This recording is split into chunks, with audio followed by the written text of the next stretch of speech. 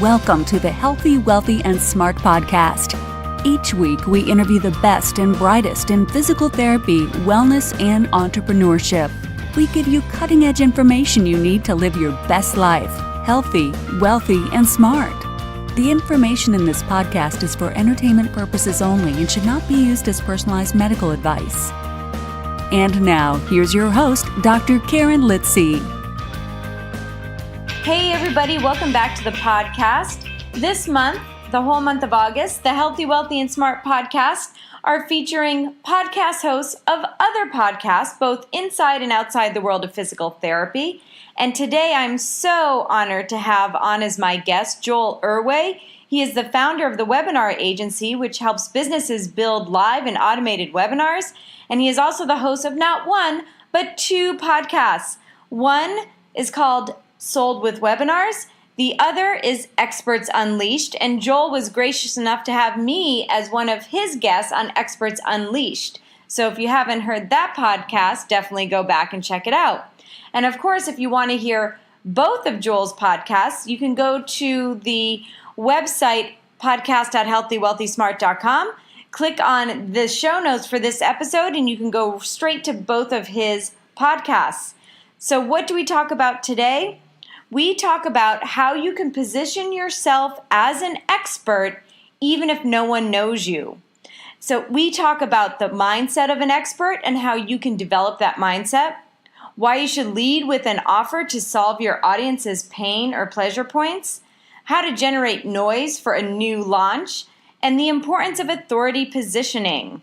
So I want to thank Joel for coming on and sharing all of this knowledge. So for all of you listening, if you're looking to position yourself as an expert in your industry, then this is the episode to listen to. Thanks, everybody, and enjoy.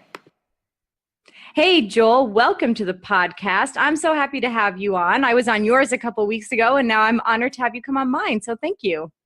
Of course, Karen, I am super pumped to be on your show, and I'm ready to divulge anything that's in this tiny little head of mine that I can possibly share with your audience. Oh my gosh, we're going to need another podcast. We're going to need another episode then. And so this month, it's all about Healthy, Wealthy, and Smart, shining the light on other podcasts and other podcast hosts. So before we get going into the meat of what we're going to talk about, can you give the listeners a little bit more information about your podcast? I would love to. Thank you for the opportunity. I actually run two podcasts, but for the purpose of this show, I run Experts Unleashed. That podcast is all about jumping in, talking to other entrepreneurs and business owners and understanding how to create, spot, and seize opportunity. It's a show all about opportunity. And I didn't want to create another, a show about, tell me your journey story, right? As entrepreneurs, most of us are, we're visionaries and we're great at creating opportunities for ourselves. And so I'm trying to talk to other people to try and, I guess for lack of a better word, codify that process of seeing opportunities, because opportunities create the pivot points, and that's really what creates the springboard for big shifts, big growths in any business. And so that's what Experts Unleashed is all about. So I do have another podcast called Sold with Webinars, which is kind of my more marketing-based podcast where I talk about sales webinars and how to sell your coaching service, how to sell anything with online sales webinars. So those are the two podcasts that I have. Yeah, and they're both awesome. And the Sold with Webinars, lots of information, Experts Unleashed, lots of inspiration. So you put them together and you've got a lot to kind of move yourself and move your business forward. So two great podcasts. So excellent. I love that. I've never heard that explained. Information and inspiration. Like those are two clearly different ways to describe, and it's accurate. So I am totally going to hack that. It's going to be plastered all over my branding now. right up the top of my head. Love it. Awesome. All right. So today we are going to be talking about how to position yourself as an expert, even if no one has ever heard of you. And I don't care who you are, from Beyonce to a person just graduating from college or high school or just entering their career, at some point, nobody knows who you are. Before we get into how to position yourself as an expert, let's talk about the mindset behind an expert. Because oftentimes you hear from people who we admire, who are role models, and they say, well, I don't know, I don't really think of myself as an expert. But I would think in order to position yourself as an expert, you have to have the mindset that you can do it. So what advice do you have for that? Great. Awesome question.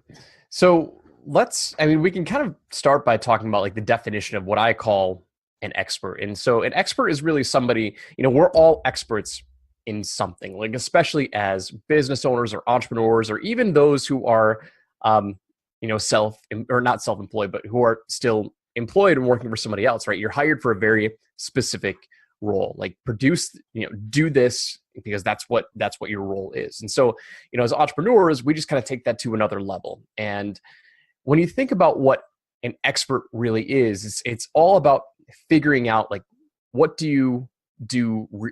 Maybe not even really well. I mean, like hopefully it is really well, but like you have to create that opportunity for somebody to want to pay for you to do something in return for them, right? So when I use the word expert, I mean, experts pop up like there's literally unlimited quote unquote experts out there.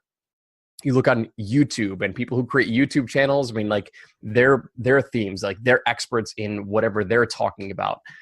You have expert guest panelists who come on to news shows and they talk about their specific area of expertise.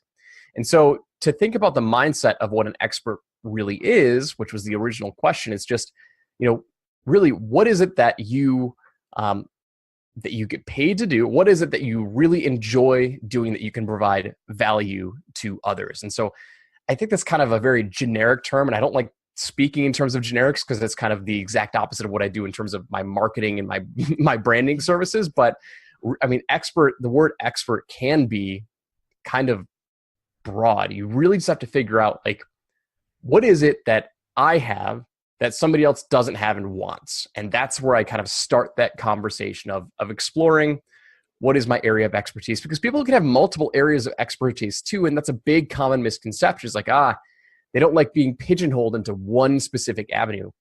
Entrepreneurs especially, like we have shiny object syndrome and we want to go do a million different things. And so understanding that you can have multiple areas of expertise as long as you're providing value to whatever market that you're serving. Did that help? That helps a lot. And I'm glad that you mentioned you can have multiple areas of expertise, because oftentimes, and I see this in the physical therapy world a lot, that if you happen to talk about pain or you happen to talk about, ACL injuries, that's the only thing you know. Well, that's a pain physical therapist, or it's an ACL physical therapist, when in fact it's so narrow, because we can be an expert in all musculoskeletal disorders. You can be an expert in more than just pain. And I think that people I think it shrinks even the whole profession down a little bit when we think in those kind of small-minded terms. Yeah. In reality, the term expert is relative. It's relative by whoever you're talking to, right? Because if you're speaking to somebody who has, you really, like, there's a saying or there's a quote out there, and I don't know who said this, but it's like, you really just have to be one step ahead of whoever your ideal customer is. Now, in the world of expertise, I'm hoping that you're quite a few steps ahead. But when I talk about this idea that the word expertise is relative, if you're one step ahead of somebody else, like they're going to view you as an expert because you have something that they don't have. And so if you think about it in that term, you can kind of understand where we're coming from a top level, high level perspective of that term expert. And I think that it's also helpful to maybe get you over, because this is all an imposter syndrome kind of a situation happening. So I think if you look at it in terms of, well, I feel like I definitely know more than X, Y, and Z population. So maybe that does make me an expert in what I'm doing. So it can give you a little confidence and get over that imposter syndrome to actually start implementing or positioning yourself as that expert. Yep, 100%. Yeah, and so let's go into now so we've come to the conclusion that we are an expert in something. In something. I guarantee it. Yes. I guarantee it. So how do we position ourselves as an expert in order to maybe drive those sales or drive customers to us or improve our branding or our positioning? 100%.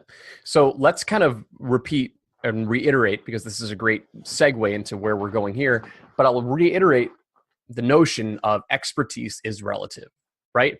So if you want to be positioned as viewed as an expert, even if nobody's heard of you, then number one, you need to find an audience, find an area of people that you know don't know what you know. Like that's quite literally step number one. Like they know that you know they need something that you have, and you know that they are at least one step or two steps behind where you are. Like that's the whole premise of how to be viewed as an expert. Now we can go into more details because I don't want to just give your audience, you know, fluff and chunk. I want them to be able to, you know, take something away. The way that I kind of frame all of this, like when I'm working with clients and I'm working on their branding and their messaging and their offers, the thing that I want to figure out is like, okay, great. If nobody has heard of you, like how can I get people to raise their hand to say, yes, Joel, you're like, I'm interested in whatever it is that you've got, right? So my journey, I've pivoted my career many, many times into different markets that I had zero experience. So I graduated with a degree in mechanical engineering. And then after I realized I didn't want to do that, I pivoted into sales. I had no marketing background. I had no sales background. I had no degree in marketing, but I was able to sell my way into that position and start to get that experience. So I've done that multiple times throughout my life. And so when I wrote an article in entrepreneur.com that kind of speaks to this whole idea. And the way that you get people to raise their hand and say, yes, I'm interested in what you're talking about, is you have to present some form of offer, right? Like if you lead with an offer, you get people to say, okay, I'm interested. So I'll give you an example. I was working with, about 2 years ago, I was launching a new offer inside of my agency. And I had no idea if people were going to be interested.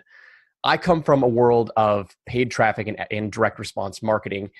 And so I rely, or I shouldn't say I rely, but I focus heavily on paid ads, right? And so when I'm driving paid traffic, everybody that I'm showing my message to, nobody has heard of me. Like I'd say 99.9% of the people out there haven't heard of me. So I wanted to launch a new offer. And so I created this message, and this was kind of like the genesis of everything that we're talking about right now, is how to build yourself as an expert, even if they don't know who you are. And I created this framework called the power offer. And so I sent out a very simple message in the ad that said, hey, I'm, attention, my target market, like attention entrepreneurs. If I offered to build you a high converting sales webinar, and it was not exactly like this, but this is the framework. It was, if I offered to build you a high converting sales webinar, without you needing to know what to say or how to say it, and I'll deliver it for you within 7 days, would you take me up on that offer, right? That was the whole message. And now, mind you, I knew that these people had no idea who I was, and they don't care who you are. What you have to do to generate interest, to generate desire, and to generate awareness for yourself is step number one. You have to present an offer that you know they are interested in, and then get permission to then market to them, right? So I made them a very compelling offer. It was, if I offered to do this for you without whatever I know that you're struggling with, I would ask them, would you be interested? Like that's the very, very simple framework, because now they're interested. You made some relatively bold claims, and I'm not saying financial claims, but it's like, I wanted to build a webinar for them in 7 days. I knew that most people would take 6 months to build a webinar. I'm going to accelerate that. And they know that webinar is the best way to grow their course or their consulting business, but they just don't know what to say. So I presented that offer, and I came back with a flood of applications and appointments of people who wanted to talk to me, right? They didn't care what else I had done in the past. They knew that they wanted a webinar. They've been sitting on it for so long. They've never, they've started and stopped it probably 1,000 times. And I said, hey, listen, I want to build one for you. Let's talk. Like, if you want to be positioned as an expert, rule number one is find an audience that you know you're at least one step ahead of. And then rule number two, make them an offer, some form of offer that gets their attention to want to speak to you. Like, you don't need to be supplementing all sorts of content and building all these other assets. Like, yeah, that can help, especially for branding. It does help, but make the damn offer and get people to raise their hand and make a compelling offer to be like, yes, I'm interested. Let's talk. But not the easiest thing to do. So how do you break down what kind of offer you're going to give to that audience? Yeah, and you're right. It is not as simple as, like, I call it a power offer because it's really one sentence. But in reality, it takes us like 3 days to come up with it, right? So we just had, one of our last workshops and live events where it took us 3 days to develop this for, the 10 people who attended, right? And so the typical thought process that we're going through is, if you can solve a pain for somebody, they're more likely to take action on it. Like, the two opportunity gaps that anyone is willing to pay for is, number one, solve a pain, or number two, provide a pleasure.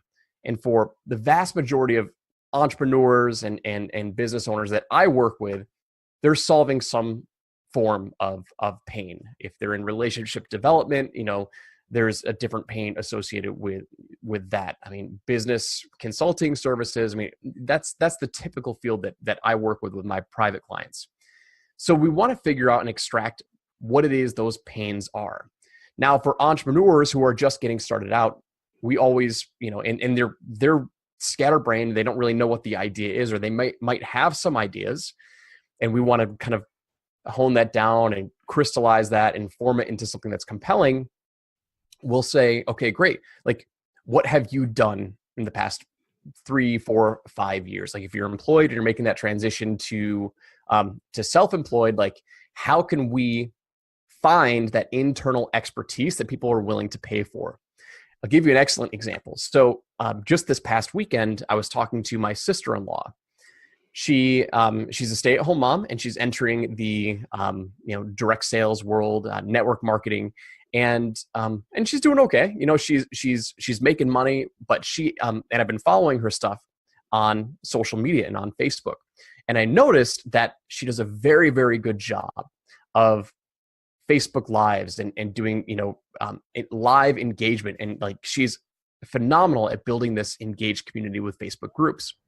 So she's been following my stuff for a while. So we sat down and we were talking, and I was asking her how business was going, and she had just gotten back from a conference, and we started talking about, what I do.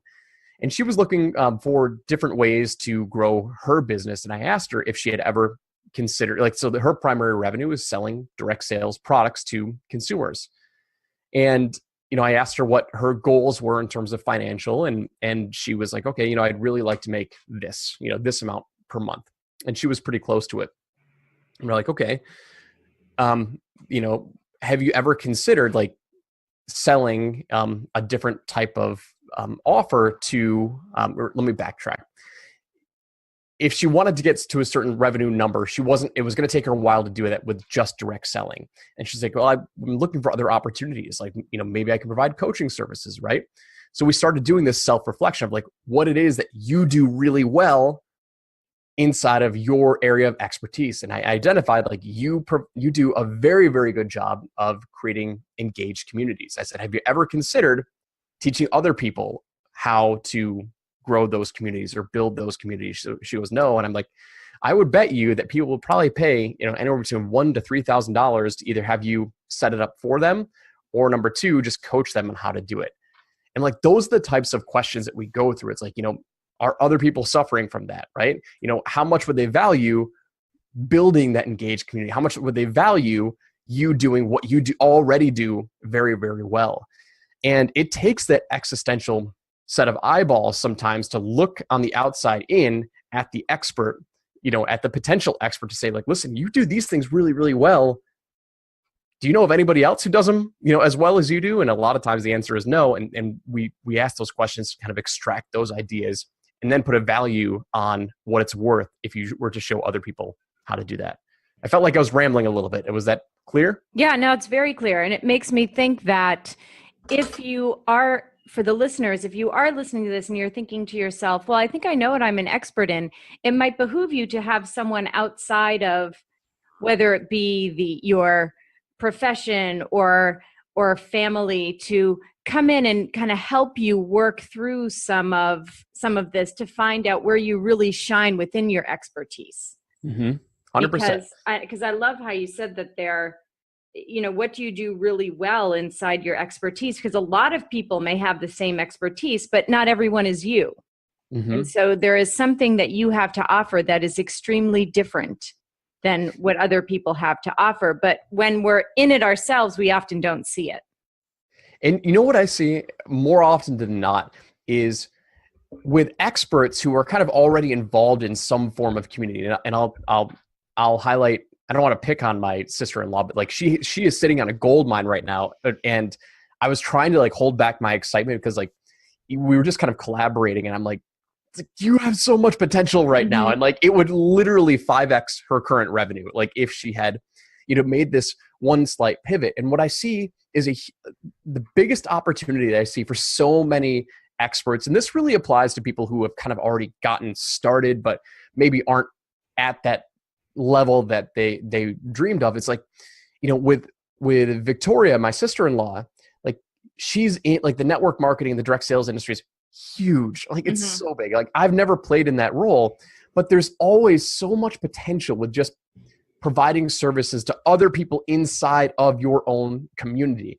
And what she didn't realize that, because she was so focused on like selling, and recruiting more and selling more of her direct sales products, which is totally fine. And like she should, but like there's a lot of opportunity in parallel like niches. Is like I saw from the outside that she does so well with her Facebook Lives and her groups and her community building that like she could make probably 10 times more money in the short term helping other, direct sales reps build and launch that, or do it for other highly successful direct sales leaders who have the financial resources to invest. It's like, that's how you leverage your expertise. And she couldn't see it because she was so focused on selling more products.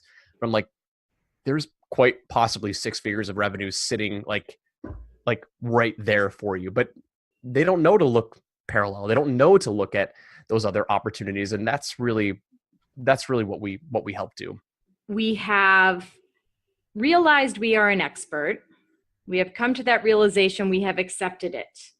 We have kind of found our niche within our expertise. We've created an offer that we feel is, like you said, a very powerful offer for people. We're leveraging our expertise like crazy, and crickets. Nothing happens. What can we do to go back and edit or change to help people find out about us? Excellent question, right? So the only two variables, right? And this took me a long time to develop, because as I was building my entrepreneurship career and getting all of my experience, I was immersed in all things digital marketing and content marketing, and like got to build these crazy complex funnels. And your audience might not know what a funnel is, and so I'll kind of spare them. It gets very confusing. We all know what a funnel is. Okay.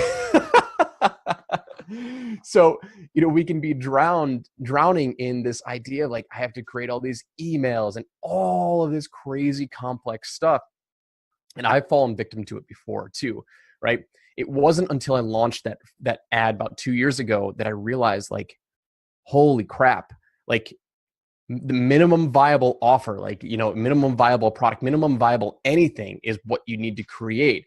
Because I won't lie to you, and I hope that actually people truly get crickets, is that like it's going to happen, like in some form or another, it's going to happen. So the number one thing that you need to focus on is, how do I make some noise? How do I start generating noise? And so like the only thing that I focus on with my clients who are just starting out or just launching a new offer is, how do I get people to respond to that, right? And so if I put out a power offer, like that's my minimum viable offer. That's my minimum viable product.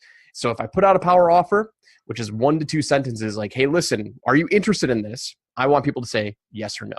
And if I post it on social media, if I'm running ads to it and I know that I'm getting a lower response than I want, then I just launch another one.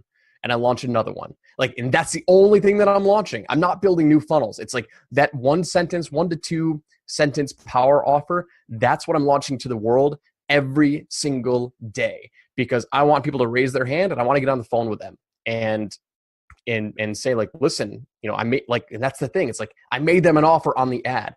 A lot of people are so scared to make offers. They're scared to create the offers. And, I'll give Meryl Kriegsman. She was a guest on my show. You might know Meryl. I know Meryl. Yeah, she's Yep. killing it. She's killing it right now. Just killed it, or killing it, killed it. I don't know. If we should say past or present. Yeah. So she's a perfect example, right? So of somebody who made an offer, right? Anyone who has developed any sort of audience. When I say any, it does not need to be large. It can be a very, very small audience. If you have any sort of audience that is following you for a specific interest, make an offer and see what happens. Meryl I think she did $75,000 in sales on she says she calls it a spontaneous launch, but all she really did was she made an offer and said listen, I'm going to do this for you. Here's what I'm going to do for you. Are you interested or not? And she did it over the course of 5 days and generated $75,000 in revenue. And I made a comment on her post the other day. I said, people don't realize that how much hidden equity is just sitting in their audience. And, it's basically just pent up demand. Especially if you're a content producer and you have followers, if you haven't made an offer to them, continue making content and you'll be a very, very low paid content producer. But there's so much pent up demand. If you have any sort of goodwill with your audience, make an offer and you would be surprised at what happens. And so many people are afraid to make the damn offer. That's my hashtag for the past year and a half, is just make the damn offer. Yes, no, and it is hard. And I think because you're afraid people are going to be why would I want to learn from that person? Why would I want to buy something from you? And there's a million other people doing the same thing, but you just have to kind of keep saying over and over in your head that you're offering something different. Yep. And that people see you differently than they maybe see someone else. And you can make a difference in that one person who is a devoted follower to you or who really wants to learn from you. And if you're not putting any offers out there, it's kind of a bummer. Mm-hmm. And I do just want to be very clear. I mean, when we make these power offers, a lot of times we're making them with clients that have zero audience. They have zero following and they have no, authority built up, and they have definitely never been heard of. They've never been discovered, right? There's other ways to create authority and create demand for yourself. And it all starts with making an offer, because if you get somebody interested in an offer, they're going to want to know more. And I don't know. I can go on and on. I just want to make sure I'm not rambling and no. all over your podcast. No, not at all. No, I'm loving it. And so, okay, so let's go back to, you have crickets. You just keep powering out that offer. You keep putting that offer out and putting that out through, whether it be paid traffic or in Facebook groups or Facebook Lives or email marketing or whatever you may use for your preferred route of marketing. Mm-hmm. Not really saying, you have to use one or the other. Right. Okay. Yep. And then how do you then, let's say you put your power offer out there, and what happens? Instead of crickets, you get more than you thought. And now you're because it can work both ways. You get crickets and feel oh my gosh, I'm never doing this again. Or you can be completely overwhelmed and think, there's no way I can do this. Yeah. So what advice do you have for people on the other side of the coin? So that's always the goal, right? That's always the goal, is we want to figure out that offer and that audience so we get that influx of demand, right? This is how we launch 7-figure experts over and over and over again, because that's our ultimate goal, is to get a flood of responses so you're overwhelmed with applications and sales calls, because that's the red light, green light. That's the first goal that we want to get to. Until we get to that, we're just launching offers over and over and over again until we get that consistent demand. Now, once we get that consistent demand, the first thing that is going to break is your calendar, right? And so until we hit that, and until you start talking to people and closing sales, and people say, yes, I want that offer, here's my credit card, or here's what I want to buy, that's when we then take the next step and start building funnels, because that's when you need to start leveraging, like, okay, great. Now we know what the pain points are. We know what people want. Now we go in and we start building some automation and some leverage points. But so often people want to do, that's like the last step. Like going completely automated is the last step. The first step is figuring out that people actually want what you are offering. So yes, that is always the goal, is to get an influx of demand. And until we get that, then we're just launching new offers. But once we get there, that's when we start to scale and we build in automation and other avenues that will sell your offer or a version of your offer to you. Does that make sense? Yep. Nope. That makes a lot of sense. Okay. So is there anything else that you feel like we missed? Did we skim over some points? What else do we need to do to be thought of as an expert, even if no one has ever heard of us? So there's authority positioning is very, very critical, right? And it all starts, like, if nobody has heard of you and maybe you don't really have any case studies or testimonials, like the way that and you do need to build authority. Like you always need to build authority. And people have this misconception of what authority can or can't be, right? So the way that I always talk about authority is, if they don't have any testimonials, they don't really have a whole lot of background, is, step number one is we always focus on something that you are an actual expert in. So you have to have some sort of background and, like, okay, great. If you were employed and, what your primary responsibility was, you were building Excel spreadsheets for your company, right? What did those Excel spreadsheets do? Like, I'm always like building yourself as that first case study. And then I'm going after that similar parallel market. So when you make that offer, you have something to prove to them that, like, listen, this is what I've done. I may not have done it for, other clients, but I'm going to tell you exactly what we did and what it will do for you. And that's all they care about, right? So I do want to have some sort of proof of what I'm just talking in case we're starting from scratch with somebody, right?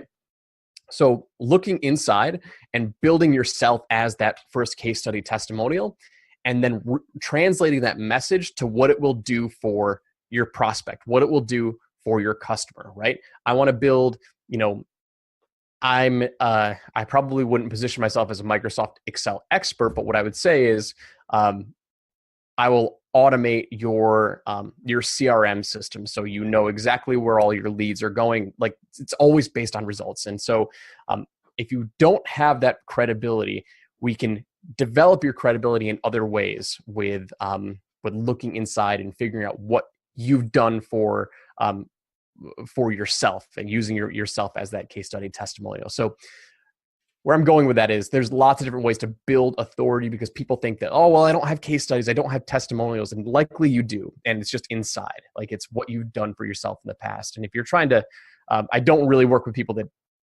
don't have that expertise inside, like internally in their own case study first. So just make that clarification. I think that's great advice. I would have never thought about doing that.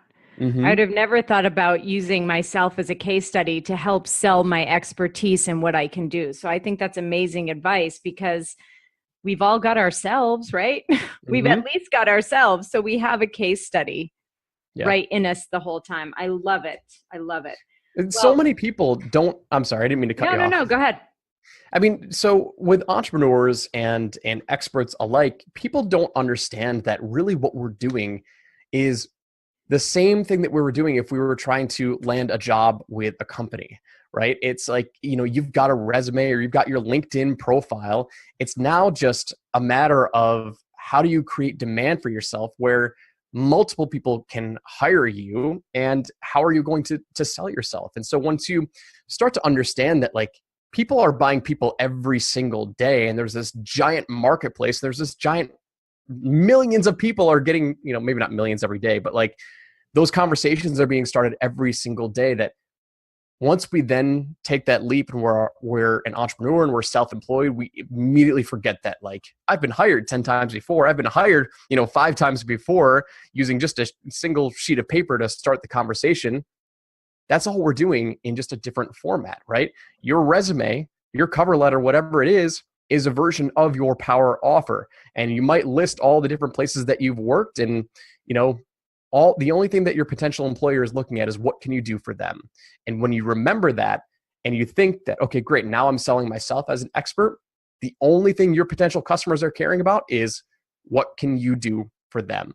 And when you shift that way of thinking, you remind yourself that, like, people are being bought every single day for their services and their goods. It hopefully just changes your mindset and reminds yourself that, yes, people will buy what you have to offer. I think that's great advice. And again, I never even thought about it that way. But, as an entrepreneur, even as a physical therapist, every patient you work with has chosen to work with you. Mm-hmm. They are buying what you're selling every single time. And I think that is something that we often forget. So thank you for reminding us all that we do sell, and we do have these wins every single day. Yep. 100%. Absolutely. Well, thank you so much. And like I said in the beginning, your podcasts are part information and inspiration. And I feel like everything that you said here was exactly the same. So thank you so much. I really appreciate it. And I'm sure all the listeners are going to get a lot out of this. Yeah, I hope so. For sure. Now, before we end, I have one question for you. Of course. It's a question I ask everyone. Knowing where you are now in your career and in your life, what advice would you give to yourself as that new graduate with the mechanical engineering career right out of college? Oh boy. All right. So I graduated in 2009. We're in 2018 now. So 9 years ago. Well, actually, 9 years ago. What advice would I give myself? I would say that I wish I would have done this a little bit sooner. So when I was going through and I was doing my internships, I had a lot of opportunities to explore other areas of the country. And I turned them all down because I was comfortable being home. And it took me a few years to get out of my comfort zone, to leave this tiny little podunk town of Elmira, my bubble, right? So many people are stuck in a bubble. And until you get outside of that bubble, and this is the same thing with the expert's curse is what I call it. Until you're able to get out of that bubble, and then you can kind of look back at that bubble and you're like, wow, like there's so much more outside of this bubble, right? This idea of getting outside and just exploring and then being able to reflect on where you just left is what ultimately, like, you can apply that to so many different areas of life. And so the piece of advice that I would probably give myself in 2009 that I know now is, like, explore faster and explore more often. Until we started to travel, until I started to get into different other circles, other bubbles, and I saw here's a bubble here and here's a bubble here that I looked at. Like, what can I relate those two bubbles for, and what else can I apply?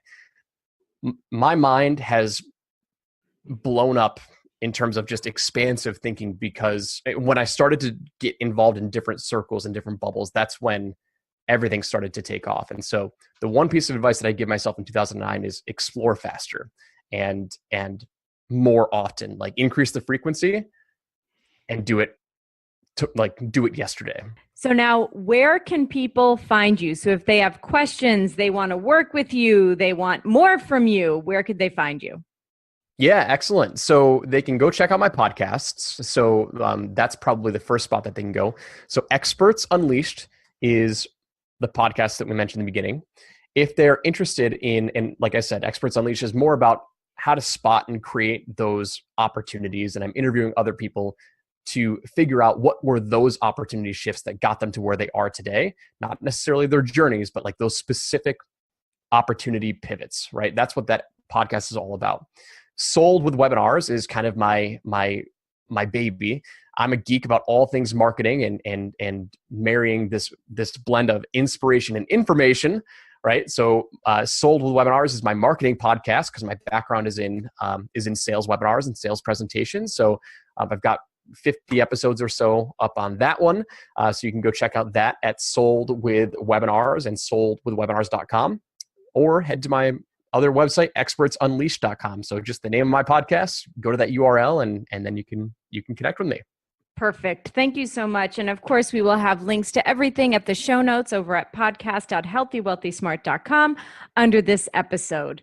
So Joel, thank you so much for taking the time out and coming on the podcast. Karen, it was a blast. Have me on anytime. I love geeking out over this stuff. Well, I will take you up on that. So don't say you'll do it, because I'll make sure you do. So thank you so much. And everyone, thanks so much for listening. Have a great couple of days and stay healthy, wealthy, and smart. Thank you for listening, and please subscribe to the podcast at podcast.healthywealthysmart.com. And don't forget to follow us on social media.